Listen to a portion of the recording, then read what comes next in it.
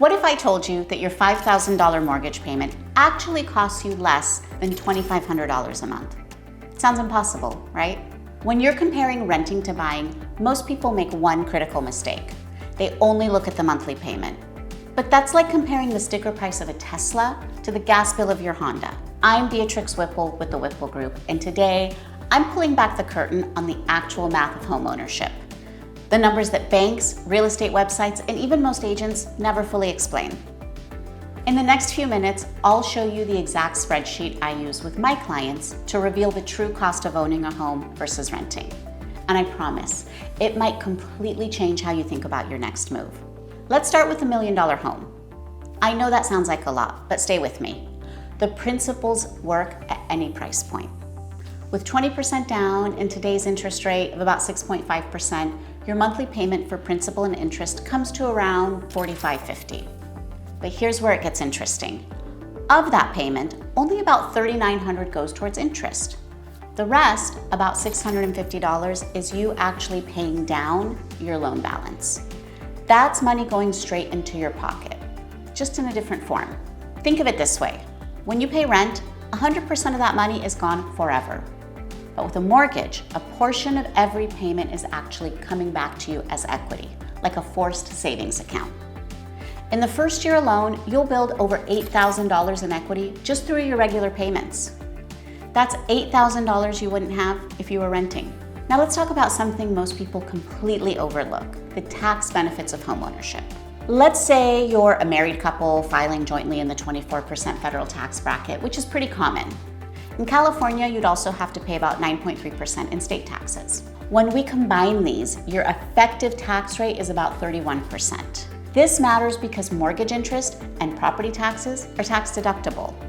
On our $1 million home example, you'd pay a little over $46,000 in interest the first year and a little over $11,000 in property taxes. Nearly all of that is tax deductible. That's over $57,000 in potential tax deductions. Now, I'm not a CPA and this is not tax advice, but I can show you the math. If you're currently taking the standard deduction of about $29,000 as a married couple, buying this home would give you an additional $27,000 in deductions. At a 31% effective tax rate, that's about $8,500 in actual tax savings per year, or about $708 per month that stays in your pocket. And if you're a W-2 employee, you don't have to wait for tax time to see this benefit. You can adjust your withholdings after closing escrow and see that money in your paycheck every month. But we're not done yet. There are two more benefits that are latent. They're building up, but you don't see them until you sell. First, as we mentioned, you're paying down principal with every payment. That's about $671 per month in the first year, and it increases every year as more of your payment goes towards principal. Second is appreciation. Even at a conservative 3% annual appreciation rate, a $1 million home gains about $27,000 in value each year. That's about $2,250 per month.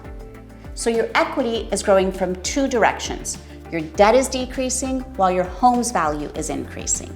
Together, that's nearly $3,000 wealth building every month that you simply don't get when you're renting. So let's put this all together.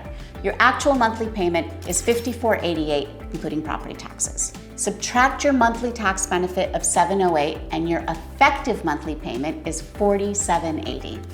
But remember, you're also building $29.21 in equity each month through principal reduction and appreciation. When we subtract that, your true net cost of homeownership is only $18.59 per month. That's the number you should compare to rent. If you can rent a comparable home for less than $18.59 and save the difference, renting might make more sense. But if comparable rentals cost more than that, which they often do, buying is mathematically the better choice. So when you're deciding whether to rent or to buy, don't just look at the monthly payment. Remember, part of your mortgage payment comes back to you as equity. The tax benefits can significantly reduce your effective payment. Appreciation builds wealth while you sleep. Now, I know we covered a lot of numbers today, and everyone's situation is different. That's why at the Whipple Group, we sit down with each client and run these numbers specifically for your situation. If you're wondering whether buying makes sense for you right now, let's talk. We can run your personal numbers and help you make the best decision for your future. No pressure, just clarity. I'm Beatrix Whipple, and I believe that understanding the true math of homeownership is the first step to building real wealth. Thanks for watching. I'll see you in the next video. If you found this helpful, check out my video on how it's impossible to underprice your home right here. And if you want me to run these numbers for your specific situation, reach out to the Whipple Group today. The link is in the description.